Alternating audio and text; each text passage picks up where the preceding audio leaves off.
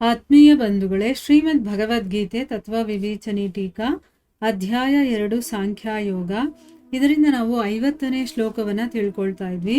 ಹೋದ ಭಾಗದಲ್ಲಿ ಶ್ಲೋಕದ ಅನುವಾದ, ಅದರ ಅರ್ಥವನ್ನ ತಿಳ್ಕೊಳ್ತಾ ಇದ್ವಿ. ಭಗವಂತ ಏನು ಹೇಳ್ತಾ ಇದ್ದಾನೆ ಅದರಲ್ಲಿ ಅಂತಂದ್ಬಿಟ್ಟು, ಅಂದ್ರೆ ಪಾಪ ಪುಣ್ಯ ಅನ್ನೋದು ಬರುತ್ತಲ್ವಾ, ಏನಾದ್ರೂ ಒಂದು ಕೆಲಸ ಮಾಡಿದಾಗ ಅದರಿಂದ ಮುಕ್ತನಾಗೋದು ಹೇಗೆ, ಅದರಿಂದ ಬಿಡುಗಡೆ ಹೊಂದುವಂತ ಉಪಾಯವನ್ನ ಭಗವಂತ ಹೇಳ್ತಾನೆ. ಏನು? ಸಮತ್ವದಲ್ಲಿ ನೀನು ನಿನ್ನ ಕರ್ಮವನ್ನ ಮಾಡು, ಅಂದ್ರೆ ಕರ್ಮಯೋಗಿಯಾಗಿ ನೀನು ಕರ್ಮಯೋಗವನ್ನ ಮಾಡು, ಅದರಿಂದ ನೀನು ಕರ್ಮ ಬಂಧನದಿಂದ ಬಿಡುಗಡೆಯನ್ನ ಹೊಂದುತ್ತೀಯಾ ಅಂತಂದ್ಬಿಟ್ಟು ಹೇಳ್ದ.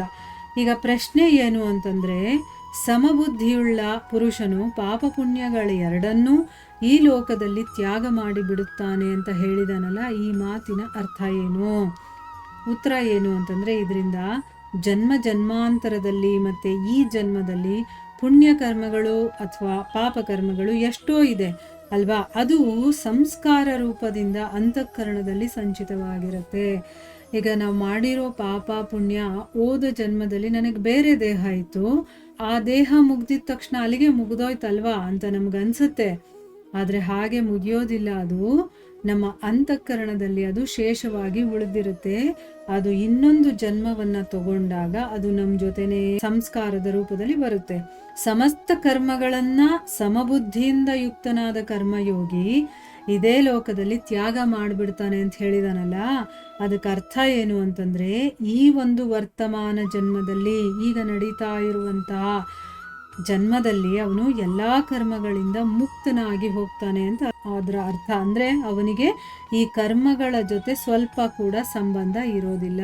ಅದಕ್ಕೋಸ್ಕರನೇ ಅವನ ಕರ್ಮಗಳು ಪೂರ್ವ ಜನ್ಮ ರೂಪಿ ಫಲವನ್ನ ಕೊಡೋದಿಲ್ಲ. ಅಂದ್ರೆ ಈಗ ಮಾಡುವಂತ ಕರ್ಮ ಯೋಗದ ಮುಖಾಂತರ, ಅಂದ್ರೆ ಕರ್ಮಯೋಗವನ್ನ ಇಟ್ಕೊಂಡು ಸಮತ್ವ ಬುದ್ಧಿಯನ್ನ ಇಟ್ಕೊಂಡು ಮಾಡಿದಾಗ ಅದಕ್ಕೇನು ಫಲನೇ ಬರಲ್ಲ ಅಂತಂದ್ಮೇಲೆ ಅದು ನೆಕ್ಸ್ಟ್ ಜನ್ಮ ಅನ್ನೋದೇ ಇರೋದಿಲ್ಲ. ಫಲ ಇದ್ರೆ ತಾನೇ ನಾನು ಅದನ್ನ ಅನುಭವಿಸೋದಕ್ಕೆ ನನಗೆ ಇನ್ನೊಂದು ಜನ್ಮ ಅನ್ನೋದು ಸಿಗೋದು.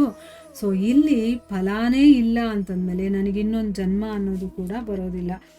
ಅಲ್ಲಿಗೆ ನಮ್ದು ಎಂಡ್ ಆಗ್ಬಿಡತ್ತೆ ಅಂತ. ಅಂದ್ರೆ ಎಲ್ಲಾ ಕರ್ಮಗಳಿಂದ ಅವನು ಮುಕ್ತನಾಗಿ ಹೋಗ್ತಾನೆ. ಯಾಕೆ ಅಂತಂದ್ರೆ, ನಿಸ್ವಾರ್ಥ ಭಾವದಿಂದ ಕೇವಲ ಲೋಕಹಿತಾರ್ಥವಾಗಿ, ಅಂದ್ರೆ ಜನರಿಗೆ ಈ ಲೋಕಕ್ಕೆ ಒಳ್ಳೇದಾಗ್ಲಿ ಅನ್ನುವಂತಹ ಕರ್ಮಗಳಿಂದ ಅವನ ಎಲ್ಲಾ ಕರ್ಮಗಳು ಕೂಡ ವಿಲೀನವಾಗೋಗುತ್ತೆ.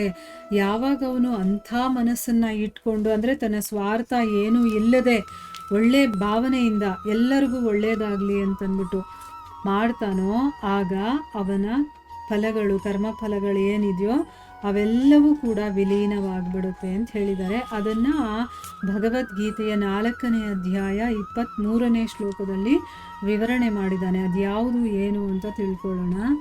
ಗತಸಂಗಸ್ಯ ಮುಕ್ತಸ್ಯ ಜ್ಞಾನಾವಸ್ಥಿತ ಚೇತಸಃ ಯಜ್ಞಾಯಾಚರತಃ ಕರ್ಮ ಸಮಗ್ರಂ ಪ್ರವಿಲೀಯತೆ. ಅಂದ್ರೆ ಯಾರ ಆಸಕ್ತಿ ಸರ್ವತಾ ನಷ್ಟವಾಗಿ ಹೋಗಿದೆಯೋ, ಯಾರು ದೇಹಾಭಿಮಾನ ಮಮತಾ ರಹಿತನಾಗಿ ಹೋಗಿದಾನೋ, ಯಾರ ಚಿತ್ತ ಇದೆಯಲ್ಲ ಅದು ನಿರಂತರವಾಗಿ ಪರಮಾತ್ಮನ ಜ್ಞಾನದಲ್ಲಿ ನಿಂತಿದೆಯೋ, ಕೇವಲ ಯಜ್ಞ ಸಂಪಾದನೆಗೋಸ್ಕರ ಕರ್ಮ ಮಾಡುವಂಥವನಿರ್ತಾನೋ ಅಂಥ ಮನುಷ್ಯನ ಸಮಗ್ರ ಕರ್ಮವೂ ಕೂಡ ಪೂರ್ಣವಾಗಿ ವಿಲೀನವಾಗಿ ಹೋಗುತ್ತೆ ಅಂತ ಆ ಶ್ಲೋಕದಲ್ಲಿ ಅವನು ವಿವರಣೆ ಮಾಡಿ ಹೇಳಿದಾನೆ. ಈ ರೀತಿ ಅವನ ಕ್ರಿಯಮಾಣ ಪಾಪ ಪುಣ್ಯ ಕರ್ಮಗಳೂ ಕೂಡ ಇಲ್ಲವಾಗಿ ಹೋಗುತ್ತೆ. ಅಂದ್ರೆ ಝೀರೋ ಬ್ಯಾಲೆನ್ಸ್ ಆಗ್ಬಿಡುತ್ತೆ. ಯಾಕೆ ಅಂತಂದ್ರೆ, ಪಾಪ ಕರ್ಮಗಳಿದೆಯಲ್ಲ ಅದು ಅವನ ಮೂಲಕ ಸ್ವರೂಪದಿಂದಲೇ ಸುಟ್ಟು ಹೋಗುತ್ತೆ. ಮತ್ತೆ ಶಾಸ್ತ್ರವಿಹಿತ ಪುಣ್ಯ ಕರ್ಮಗಳಿದೆಯಲ್ಲ ಅದರಲ್ಲಿ ಫಲಾಸಕ್ತಿಯ ತ್ಯಾಗ ಆಗಿರೋದ್ರಿಂದ, ಇವಾಗ ಅವನು ಎಂತ ಒಳ್ಳೆ ಕೆಲಸ ಮಾಡಿದ್ರು ಕೂಡ ಅಲ್ಲಿ ಅವನ್ ಫಲವನ್ನ ಇಟ್ಕೊಂಡು ಮಾಡ್ತಾ ಇಲ್ಲ, ತಾನು ಫಲದ ನಿರೀಕ್ಷೆಯಿಂದ ಅವನ್ ಕೆಲಸ ಮಾಡ್ತಾ ಇಲ್ಲ ಅಲ್ವಾ, ಅಲ್ಲಿ ತ್ಯಾಗ ಮಾಡಿದಾನ ಅವನು. ಸೊ ಅದು ಕೂಡ ಅಕರ್ಮವಾಗ್ಬಿಡುತ್ತೆ. ಅದಕ್ಕೇನಾಯ್ತು, ಅವನ ಬ್ಯಾಲೆನ್ಸು ನಿಲ್ಲಾಗೋಗುತ್ತೆ, ಝೀರೋ ಆಗುತ್ತೆ. ಈ ಕಡೆ ಪಾಪನೂ ಇಲ್ಲ, ಈ ಕಡೆ ಪುಣ್ಯನೂ ಇಲ್ಲ. ಈ ಒಂದು ವಿಷಯವನ್ನ 4ನೇ ಅಧ್ಯಾಯದಲ್ಲಿ 20ನೇ ಶ್ಲೋಕದಲ್ಲಿ ಹೇಳಿದಾನೆ ಭಗವಂತ. ಏನು ಅಂತಂದ್ರೆ, ತ್ಯಕ್ತ್ವಾ ಕರ್ಮ ಫಲಾಸಂಗಂ ನಿತ್ಯ ತೃಪ್ತೋ ನಿರಾಶ್ರಯ ಕರ್ಮಣ್ಯಭಿಪ್ರವೃತ್ತೋಪಿ ನೈವ ಕಿಂಚಿತ್ ಕರೋತಿ ಸಹ. ಅಂದ್ರೆ ಯಾವ ಒಬ್ಬ ಮನುಷ್ಯ ಸಮಸ್ತ ಕರ್ಮಗಳಲ್ಲಿ ಮತ್ತೆ ಅವುಗಳ ಫಲದಲ್ಲಿ ಆಸಕ್ತಿಯನ್ನ ಸರ್ವತಾ ಬಿಟ್ಬಿಟ್ಟಿರ್ತಾನೋ, ಜಗತ್ತಿನ ಆಶ್ರಯದಿಂದ ರಹಿತನಾಗಿರ್ತಾನೋ, ಮತ್ತೆ ಪರಮಾತ್ಮನಲ್ಲಿ ನಿತ್ಯ ತೃಪ್ತನಾಗಿರ್ತಾನೋ, ಅವನು ಕರ್ಮಗಳಲ್ಲಿ ಚೆನ್ನಾಗಿ ವರ್ತನೆ ಮಾಡ್ತಾ ಇದ್ರು ಕೂಡ, ಅಂದರೆ ಅವನು ಮಾಡುವಂಥ ಕರ್ಮಗಳನ್ನು ಚೆನ್ನಾಗಿ ಮಾಡ್ತಾ ಇದ್ರು ಕೂಡ ವಾಸ್ತವವಾಗಿ ಅವನು ಏನೂ ಮಾಡೋದಿಲ್ಲ. ನೋಡಿ, ಬೇರೆಯವರು ಈಗ ನಾವು ಸದ್ಗುರುಗಳಾಗಿರ್ಬೋದು, ಸಂತರಾಗಿರ್ಬೋದು, ಬೇಕಾದಷ್ಟು ಕೆಲಸಗಳನ್ನು ಮಾಡ್ತಾ ಇರ್ತಾರೆ. ನಾವು ಅನ್ಕೋಬೋದು ಅವ್ರಿಗೆ ಪಾಪ ಪುಣ್ಯ ಎಲ್ಲ ಸಿಗುತ್ತೆ ಅಂತ.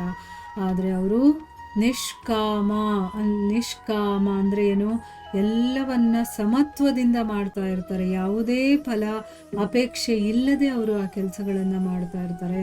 ಆದರೆ ನೋಡೋದಕ್ಕೆ ನಮಗೆ ನಮ್ಮ ಥರನೇ ಅವರು ಕೂಡ ಕೆಲಸ ಮಾಡ್ತಾ ಇದ್ದಾರೆ ಅಂತ ಅನಿಸುತ್ತಷ್ಟೇ.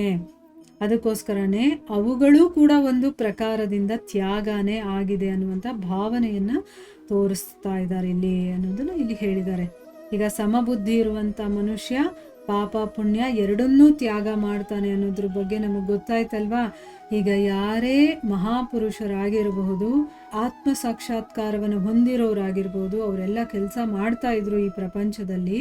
ಅವರು ಕಾಮನೆ ರಹಿತರಾಗಿ ಕೆಲಸವನ್ನು ಮಾಡ್ತಾ ಇರ್ತಾರೆ ಅನ್ನೋದು ತಿಳ್ಕೋಬೇಕು. ಇವಾಗ ಪಾಲಿಟಿಕ್ಸಲ್ಲೂ ಕೆಲವರು ಮಹಾತ್ಮರು ಬಂದಿರ್ತಾರೆ ಅಲ್ವಾ, ಕೆಲಸಗಳನ್ನು ಮಾಡ್ತಾ ಇರ್ತಾರೆ. ಅವ್ರಿಗೆ ಯಾಕೆ ಬೇಕು ಸನ್ಯಾಸಿಗಳಿಗೆ ಅಂತ ನಾವು ಹೇಳ್ತೀವಿ.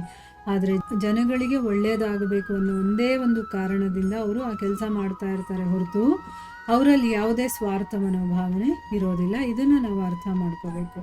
ಇಲ್ಲಿಗೆ ನಾವು ನಿಲ್ಲಿಸೋಣ. ಇನ್ನೂ ಕೆಲವು ಪ್ರಶ್ನೆಗಳಿದೆ, ಅದನ್ನು ನಾವು ಮುಂದಿನ ಭಾಗದಲ್ಲಿ ತಿಳ್ಕೊಳ್ಳೋಣ. ಹರೇ ಕೃಷ್ಣ.